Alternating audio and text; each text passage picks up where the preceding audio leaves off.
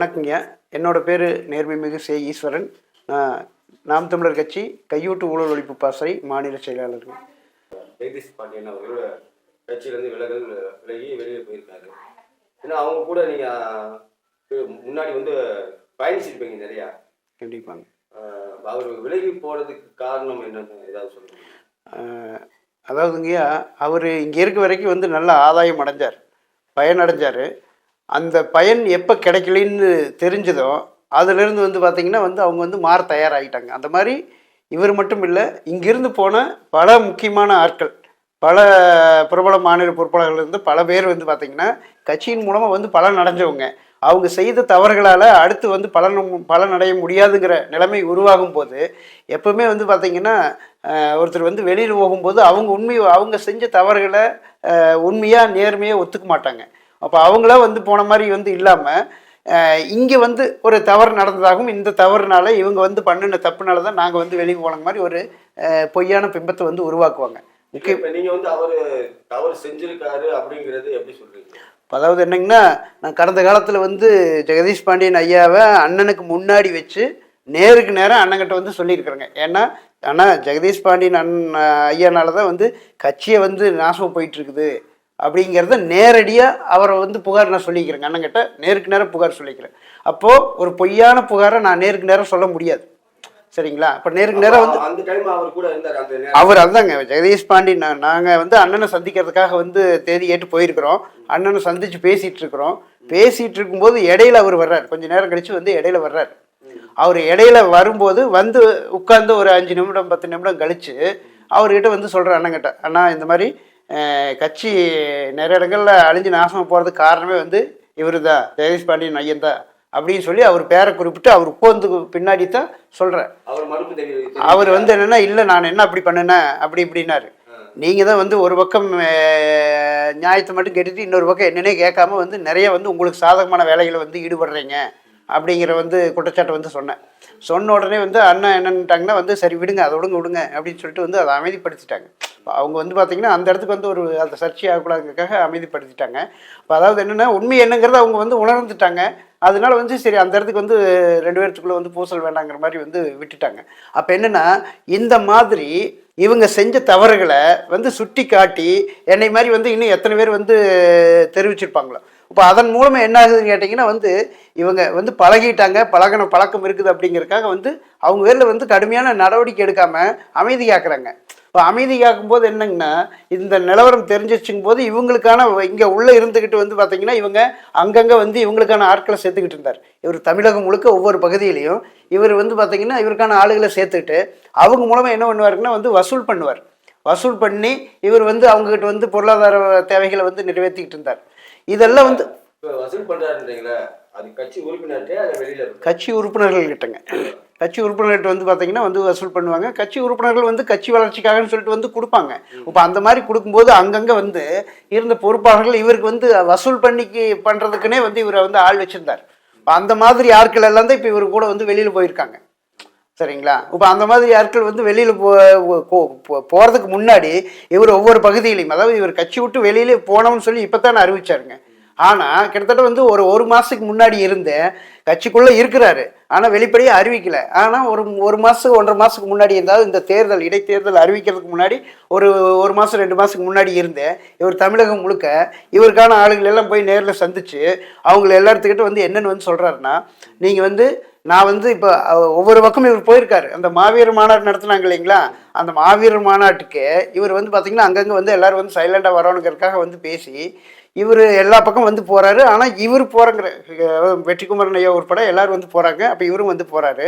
ஆனால் அவங்கெல்லாம் சீனில் வருவாங்க, இவர் சீனில் வரமாட்டார். இவர் என்ன சொல்கிறாருன்னு அவங்க எல்லாத்துக்கிட்டவுமே, நீங்கள் யாரும் என்னை இப்போ வெளிப்படுத்த வேண்டாம், நான் பார்த்திங்கன்னா வர வேண்டிய நேரத்தில் வருவேன், அப்போ நான் வெளிப்படுத்திக்கிறேன். நான் வரும்போது ஒரு பெரிய ஒரு பெரிய செய்தியாக்கிட்டு தான் நான் வருவேன். அது வரைக்கும் நீங்கள் என்னை வெளிக்காட்ட வேண்டாம். இப்போ ஏன்னா கூட புகைப்படம் எடுக்கிறாங்க இல்லைங்களா, அவங்ககிட்ட சொன்ன செய்தி இது. அப்போ அந்த மாதிரி நம்மளுக்கு தெரிஞ்ச தம்பி ஒருத்தர் எடுத்தாங்க. அவங்க எடுத்தவங்க சொன்னது இது. நான் பொய்யான தகவல் சொல்ல, அவங்க எடுத்தவங்ககிட்ட சொன்னது இது மாதிரி என்னோட புகைப்படத்தை வெளியிடாதீங்க, நான் ஒரு பெரிய செய்தி பண்ணுன்னு சொல்லிட்டு அப்புறம் என்ன சொல்கிறாரு, ஒவ்வொரு மாவட்டத்திலையும் போய் ஒவ்வொரு மாவட்ட பொறுப்பாளர்கள் வச்சு நீங்கள் 2 நாளைக்கு ஒருக்கா ஒவ்வொருத்தரும் இந்த மாதிரி விலக வரதா செய்தி அறிவிங்க அது பேட்டியாக வந்து கொடுங்க, இதை வந்து ஒரு ஃபோக்கஸ் பண்ணுங்க அப்படிங்கிற செய்தி வந்து இது வந்து பண்ணுறாரு.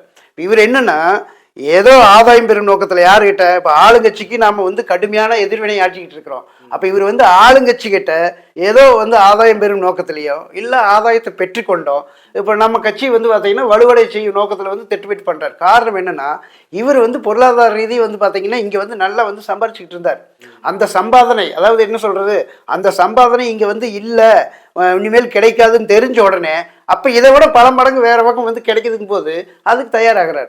ஏன்னா இவர் எப்படிப்பட்ட ஆளுனா, இவர் காரியம் சாதிக்கணும்னு வச்சுக்கோங்களேன், உங்கள் காலில் வந்து உங்ககிட்ட காரியம் சாதிக்கணும்னா உங்கள் காலில் மலம் ஒட்டிருச்சுன்னா அதை கூட கையை தொட்டு கழுவக்கூடிய ஆள், அந்த அளவுக்கு இறங்கி வேலை செய்யக்கூடிய நபர். அப்படிப்பட்ட இவர் வந்து பார்த்தீங்கன்னா இங்கே வந்து ஒரு 5 பக்கம் கடிதம் வந்து எழுதுறாரு. அதாவது என்ன சொல்கிறது, எங்கப்பும் புதருக்குள்ள அப்படிங்கிறதுக்கான செய்தி தானே ஒழிய இவர் வந்து சொல்கிறது அத்தனை வந்து அண்டப்புழுகு ஆகாச புழுகு. இப்போ சொல்கிற செய்திகள் எல்லாம் இவர் வந்து இப்போ இத்தனை வருஷமாக கூட இருந்தார்ல, இப்போ பெரியார் வந்து பேசுறது அப்படிங்கிறது, பெரியார் பற்றி இன்றைக்கி தான் வந்து பேசுகிறாங்களா? பெரியாரை பற்றி பேசுகிறதுக்கு வந்து இன்றைக்கி உங்களுக்கு கோபம் வரக்கூடிய நீங்கள் இதுக்கு முன்னாடி நீங்களே பெரியார் பற்றி பல இது பேசிக்கிறீங்களே எப்படிங்க? ராஜீவ்காந்தின்னு சொல்லி ஒரு நபர் இந்த கட்சியில் இருக்கும்போது அவர் பெரியார் பற்றி பேசாததா, அவர் கருணாநிதி பற்றி பேசாததா, அவர் ஸ்டாலின் பற்றி பேசாததா? அவர் வந்து ஸ்டாலின் பற்றி கண்டபடியே பேசியிருக்காரு, சரிங்களா? ஆனால் இவங்கெல்லாம் வந்து வெளியில் போனால் அவங்க புனிதமாகிடுவாங்க, இருந்த இடம் வந்து பார்த்தீங்கன்னா அசிங்கமாகிடுது. என்ன இதுங்க அதாவது என்ன சொல்கிறது, உங்களுக்கு இதன் மூலமாக வந்து இது வரைக்கும் பலன் நடந்துருக்கு, இதெல்லாம் வந்து சொல்லக்கூடாதுன்னு இருந்தோம், ஆனால் நீங்கள் சொல்ல வேண்டிய தேவை ஏற்படுத்துறீங்க. அவர் இவர்கள் எல்லாமே வந்து வெளியில் போனதுனால இவங்க இங்கே கட்சிக்குள்ளே இருக்கும்போது தான் கட்சியை வளராமல் ரொம்ப பாதுகாப்பாக பார்த்துக்கிட்டாங்க. நிறைய இடங்கள்ல இவங்களுக்கான ஆட்கள் பொறுப்பில் போட்டுட்டு வேலை செய்கிறவனு பூரா வந்து வெளியே அனுப்பிக்கிட்டு இருந்தாங்க. இவங்க வந்து போனதன் மூலமா என்ன, வேலை செஞ்ச வெளியே போன வேலை செஞ்ச ஆட்கள் பூரா வந்து உள்ளே வந்துட்டாங்க. இவங்க அதாவது என்ன சொல்கிறது, ஒரு பகுதியில் இவங்க சார்பாக வந்து ஒரு 2 பேர் வெளியே போகிறாங்கன்னா அந்த இடத்துல 20 பேர் உள்ளே வந்திருக்காங்க. இந்த 2 பேர் யாருன்னு கேட்டிங்கன்னா கட்சியை வளராமல் ரொம்ப பாதுகாப்பாக பார்த்துக்கிட்டு பொறுப்பு வாங்கி வச்சுருந்தவங்க, இவங்க கூட போனவங்க. இப்போ அந்த 2 பேர் போனதன் மூலமாக கிட்டத்தட்ட 20 பேர் வேலை செஞ்சுக்கிட்டு இருந்தவங்க உள்ளே வந்துட்டான். இப்போ இந்த மாதிரி போன பெரும்பாலான பொறுப்பாளர்கள் எல்லாமே கட்சி வளராமல் பாதுகாப்பாக பார்த்துக்கிட்ட ஆட்கள் தான். இப்போ அதன் மூலமாக என்னென்னு கேட்டிங்கன்னா இவர்கள் எல்லாம் வந்து பார்த்திங்கன்னா இந்த கட்சியை விட்டு வந்து எப்பவே போக வேண்டிய ஆட்கள். இவங்க இவ்வளவு நாள் வந்து இருந்ததே வந்து கட்சி வளர்ச்சிக்கு ரொம்ப வந்து பாதிப்பாக இருந்தது. இப்போ இவர்கள் போனதன் மூலமாக கட்சி வளர்ச்சி இன்னும் வந்து படுவேகமாக வந்து போய்கிட்டு இருக்கு. இவங்க ஏதோ நினைக்கிறாங்க, இதை வந்து பார்த்தீங்கன்னா இந்த சன் நியூஸில் வந்து போய் இவங்க பேட்டி கொடுத்துட்டா கட்சியை வந்து அழிஞ்சு போயிருன்னு நினச்சிட்டு அப்படி நினச்சிட்டு வந்து இவங்க வந்து பேட்டி கொடுத்துட்ருக்காங்க. இதை வந்து கிராமத்தில் ஒரு பழமொழி சொல்லுவாங்க, பூனை வந்து சட்டிக்குள்ளே தலை விட்டுருச்சுன்னா அங்கே உள்ள இருட்டாக இருக்கிறதுனால உலகமே இருண்டு போச்சுன்னு நினச்சிக்குவாங்களாமா. அதனால இவங்க ஒரு 4 பேர் வெளியில் போயாச்சுன்னா இந்த 4 பேர் போன உடனே வந்து இங்கே கட்சியில் எதுவுமே இல்லை, யாருமே இல்லைங்கிற மாதிரி ஆகிருங்கிற மனப்பால் வந்து இவங்க குடிச்சிட்டு இருக்காங்க. பாருங்கள், இந்த வெளி போன சில பொறுப்பாளர்கள் பேரில் எங்ககிட்ட கையூட்டு ஊழல் பாசறைக்கு இந்த மாதிரி வந்து கட்சியில் இருக்கக்கூடிய இவர்கள் மேலே நீங்கள் வந்து முதல்ல கையூட்டு ஊழல் பாசறை சார்பில் வந்து நடவடிக்கை எடுக்கணும்னு சொல்லி புகார் கொடுத்துருக்காங்க. சமீபத்தில் கோயம்புத்தூர்லேருந்து வெளியே போன ஒருத்தர் பேரில் வெளிநாட்டில் வசிக்கக்கூடிய ஒரு பெண்மணி வந்து எங்ககிட்ட புகார் கொடுத்துருக்காங்க கையூட்டு ஊழல் பாசறைக்கு. இப்போ அவங்க போயிருக்காங்க, வெளியில இருந்து புகார் கொடுத்துருக்காங்களே, அது கட்சி சார்ந்தவங்களா கட்சியில் இருக்கிறவங்க இப்போ வந்து இந்த நான் சொல்லக்கூடிய நபர் கோயம்புத்தூர்ல இருக்கக்கூடிய நபர் வந்து போனார். அவர் கூட வந்து பார்த்தீங்கன்னா முதல்ல வந்து ஒரு முறை கட்சியிலேருந்து வெளியேறும் செய்தி பேட்டியெல்லாம் ஆகிருச்சு. திரும்ப வந்து பார்த்தீங்கன்னா அந்த 3000 பேர் சேர்றாங்கன்னு சொன்னாங்க பாருங்க, அதுலேயும் வந்து இவர் வந்து போயிருந்தார், அன்னைக்கு சேர்றதா வந்து போயிருந்தார். அவர் பேரில் வந்து ஒரு குற்றச்சாட்டு என்னன்னா பட்டா மாறுதல் செய்வதற்கு 1.5 லட்ச ரூபா பணம் வாங்கியிருக்காரு. அவர் யாரு, நம்ம கட்சி சார்ந்தவங்க கிட்ட 1.5 லட்ச ரூபா வந்து பணம் வாங்கியிருக்காரு. ஆனால் அந்த பட்டா மாறுதலுக்கான கட்டணம் எவ்வளோ தெரியுங்களா? வெறும் 60 ரூபா. வெறும் 60 ரூபா பட்டா மாறுதலுக்கான கட்டணத்துக்கு வெளிநாட்டில் வசிக்கக்கூடிய நம்ம உறவுகிட்ட 1.5 லட்ச ரூபா வாங்கியிருக்காங்கன்னா இவங்க யாருக்கானாலும் இவங்க தான் இந்த ஜெகதீஷ் பாண்டியனோட வந்து பார்த்தீங்கன்னா வந்து பின்னணியில் செயல்பட்டு இருந்த நபர்கள் இவர்கள் எல்லாம். அப்போ ஒரு நபர்கிட்ட இவ்வளோ வாங்கியிருக்காங்கன்னா இது தெரிஞ்ச கட்சிக்காரங்கிறதுனால நம்மகிட்ட சொல்கிறாங்க, சரிங்களா? இப்போ இந்த மாதிரி நபர்கள் இந்த கட்சியில் இருக்கிறத விட இவங்கெல்லாம் வெளியே போனது தான் வந்து பார்த்தீங்கன்னா கட்சிக்கு வந்து வளர்ச்சியே. இது வரைக்கும் இவங்க இருக்க வரைக்கும் கட்சிக்கு வீழ்ச்சி தான், இவங்க வெளியே போனதுனால தான் கட்சிக்கு வளர்ச்சியே. கட்சி வளரக்கூடாதுன்றதுக்காகவே மித்த கட்சிக்காக எதுக்காவது வேலை பார்த்துருக்காங்க. அதாவது பார்த்துருக்காங்களாங்கிறது நம்ம பார்க்காம ஒரு பொய்யான தகவலை வந்து அவங்கள மாதிரி நாமளும் வந்து செஞ்சிட முடியாது. இவங்க செஞ்ச செயல்கள் எல்லாம் வந்து பார்த்தீங்கன்னா அப்படி இருக்குமோங்கிற சந்தேகத்துக்குரியதாக வந்து வருது.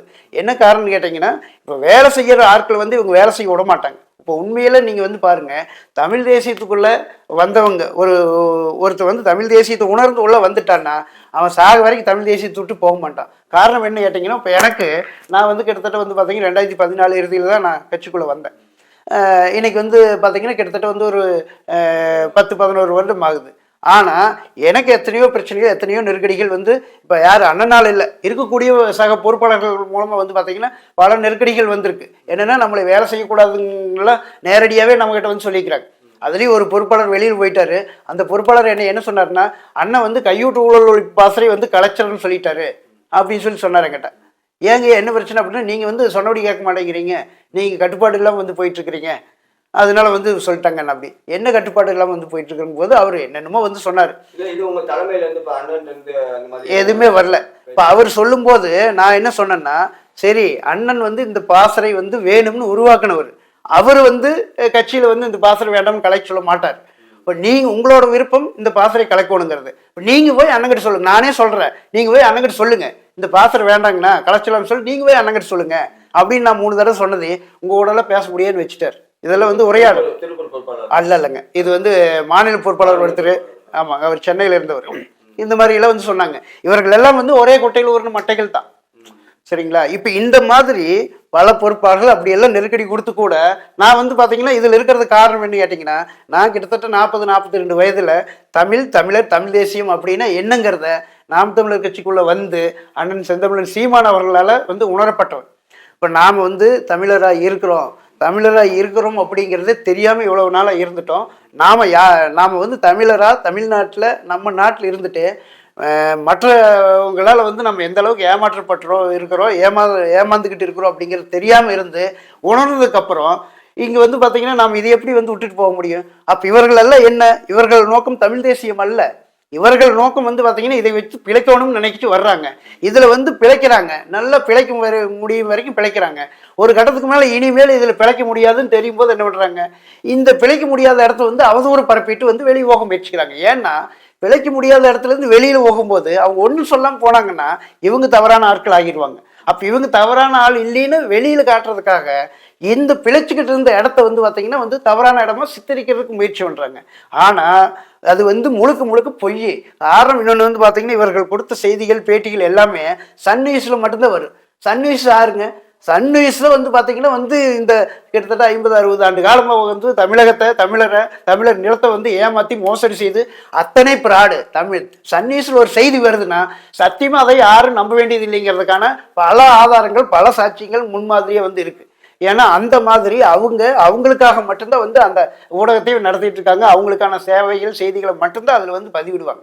இப்போது நாம் தமிழர் கட்சி வந்து எத்தனையோ வேலை செஞ்சுக்கு உதாரணத்துக்கு வந்து பார்த்தீங்கன்னா, நாம் தமிழர் கட்சியில் பல பாசறைகள் இருக்குது, பல வேலைகள் செய்யுது. இப்போ உதாரணத்துக்கு வந்து பார்த்தீங்கன்னா குருதிக்கொடை பாசறை வந்து பல லட்சம் பேருக்கு வந்து பார்த்தீங்கன்னா குருதியை வந்து பல லட்சம் மக்கள் வந்து உயிருக்கு போராடிட்டு இருந்த மக்களுக்கு குருதி கொடுத்து பல லட்சம் பேருக்கு உயிரை காப்பாற்றிருக்காங்க. அதை வந்து பார்த்தீங்கன்னா கடந்த எடப்பாடியார் முதல்வராக இருக்கும்போது அவரே அதிக குருதிக்கொடை கொடுத்தவங்கன்னு சொல்லிட்டு ஒரு பரிசை வந்து பாராட்டு பத்திரம் கொடுத்துருக்காங்க. அடுத்த வந்து பார்த்தீங்கன்னா சுற்றுச்சூழல் பாசறை பார்த்தீங்கன்னா வந்து 10,000 அதாவது பல லட்சம் பனைமரங்கள் நட்டு பராமரிச்சுட்டு வர்றாங்க. அதுபோக பலன் தரக்கூடிய பல வகை மரங்களை வந்து பல மரங்களை நட்டு பல பேர்த்து பலனடை செய்துட்டு வர்றாங்க. அதுபோல் கையூட்டு ஊழல் ஒழிப்பு பாசறை எந்த ஒரு கட்சியிலும் இல்லாத வகையில் கையூட்டு ஊழல் ஒழிப்பு பாசறை வந்து பார்த்திங்கன்னா இது வரைக்கும் பல லட்சம் பேருக்கு அவங்க அவங்களோட நியாயமான அரசு சேவையில் ₹1 கூட லஞ்சம் கொடுக்காம வாங்கி கொடுத்துட்ருக்குறோம். இப்போ சமீப காலமாக பலாயிரம் பேருக்கு லஞ்சமாக கொடுத்து வனத்து கூட திருப்பி வாங்கி கொடுத்துட்டு இருக்கிறோம். இப்படி இத்தனை சேவை செய்கிறோம். இது மாதிரி இன்னும் ஒவ்வொரு பாசறையும் வந்து பல வேலைகள் செய்கிறோம். இதையெல்லாம் வந்து எந்த செய்திகளும் வந்து வெளிவராது. ஏன்னா இதெல்லாம் போட்டால் நாம் தமிழர் கட்சி வளர்ந்துடும். அதனால இதெல்லாம் யாரும் போட மாட்டாங்க. ஏன் சன் நியூஸ் வந்து கட்சியிலிருந்து வந்து பார்த்தீங்கன்னா வந்து ஒரு நாளைக்கு வந்து பார்த்தீங்கன்னா இந்த கட்சியில் வந்து 500 பேர் 1000 பேர் வந்து தானாக வந்து இணைகிறாங்க. இன்றைக்கி கூட வந்து எனக்கு வந்து நீங்கள் வரம் சொல்லி கூப்பிடும்போது அந்த பேருந்து நேரத்தில் நான் வந்து உங்களுக்காக காத்துட்ருக்கிறேன். எனக்கு அப்போ ஒரு அழைப்பு கூப்பிட்டு வந்து, ஐயா நாங்கள் இந்த மாதிரி நான், என்னோட மனைவி, என்னோட குழந்தை 3 பேர் வந்து கட்சியில் இணையணும், அதுக்கு என்ன வழிமுறைன்னு சொல்லுங்கிறாங்க. அப்போ அவங்களுக்கு வந்து நீங்கள் உங்களோட விவரங்கள் அனுப்புங்க, நாங்கள் உறுப்பினர் போட்டு கொடுத்துறோன்னு சொல்கிறோம். இந்த மாதிரி தினசரி 500-1000 பேர் வந்து தானா முன் வந்து இணைஞ்சிக்கிட்டு இருக்காங்க. இதையெல்லாம் செய்தியாக்குறது இல்லை. எங்கேயோ ஒரு மூலையில் யாரோ ஒருத்தர் அவருக்கு இதில் ஆதாயம் கிடைக்கலைங்கிறதுக்காக வெளியே போனவரை அது ஒரு பெரிய செய்தியை வந்து இவங்க வெளியிட்டு அதைவே திரும்ப இவங்களுக்கு செய்தியே கிடைக்கிறதுல போல் இருக்கு. அதனால இது ஒரு பெரிய செய்தியை திரும்ப திரும்ப வெளியிட்டு இந்த மாதிரி நாம் தமிழர் கட்சிக்கு வந்து ஒன்றுமே இல்லை அப்படின்னு, இதெல்லாம் ஒரு தோற்றம். முன்னாள் பொறுப்பாளர்கள்லாம் சேர்ந்து வந்து தமிழர் ஒருங்கிணைப்பு இயக்கமா ஒரு இது ஆரம்பிச்சாங்க. சரி, இப்போ என்னன்னா அவங்க எல்லாம் சேர்ந்து வந்து தமிழர் வாழ்வுரிமை கட்சியில வந்து இணைஞ்சிருக்காங்க.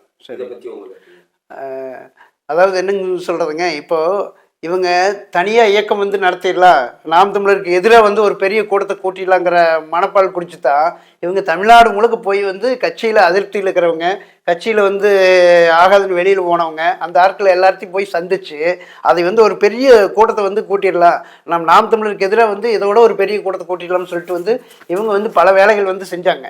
அதற்கு வந்து பார்த்தீங்கன்னா வந்து யாரோ ஆதரவு கொடுத்தாங்க, யாரோ வந்து ஏதோ பொருளாதார ரீதி உதவி பண்ணாங்க, அதன் மூலம் வந்து பண்ணாங்க. அது வந்து முழுக்க முழுக்க தோல்வி அடைஞ்சிருச்சு. அப்போ அந்த வேலை வந்து இனி வந்து செய்ய முடியாதுங்கும் போது இவங்க இயக்கமாக செயல்படுறதுக்கு இவங்களுக்கு பொருளாதார தேவை.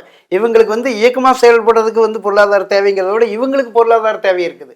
அதையெல்லாம் நிறைவேற்றணும். அப்படிங்கும்போது இவங்க இந்த தனி இயக்கமாக இருந்து வந்து ஒன்றும் பண்ண முடியாது. அதனால என்ன சொல்கிறது, இப்போ நாம் தமிழர் இருந்த மாதிரி வேறு இன்னொரு அமைப்பில் வந்து போய் இருந்துட்டோம்னா வந்து நம்ம தேவைகளை நிறைவேற்றிக்கலாங்கிற ரீதியில் தான் வந்து இவங்க போயிருக்கணும். மற்றபடி இவங்க போய் அந்த அமைப்பை வலுப்படுத்துறதுக்கோ அந்த அமைப்பை வந்து ஆட்சி அதிகாரத்துக்கு கொண்டு வரதுக்கோ அதற்கான தகுதியோ வந்து அதற்கான இதெல்லாம் வந்து இவங்ககிட்ட வந்து ஒரு துளி கூட வந்து கிடையாது. இவர்கள் எல்லாருமே வந்து பார்த்திங்கன்னா இவங்க தேவையை நிறைவேற்றிக்கிறதுக்கு இவங்களோட பிழைப்பை வந்து சரியாக கொண்டு போகிறதுக்கு பிழைப்புவாதிகளாக தான் வந்து இவங்களை வந்து பார்க்க வேண்டியிருக்குது ஒழிய இவர்களாம் எந்த விதத்துலையும் வந்து பார்த்திங்கன்னா இந்த மண்ணுக்கும் மக்களுக்கும் சேவை செய்யக்கூடிய ஆட்களை வந்து பார்த்திங்கன்னா பார்க்க முடியாது.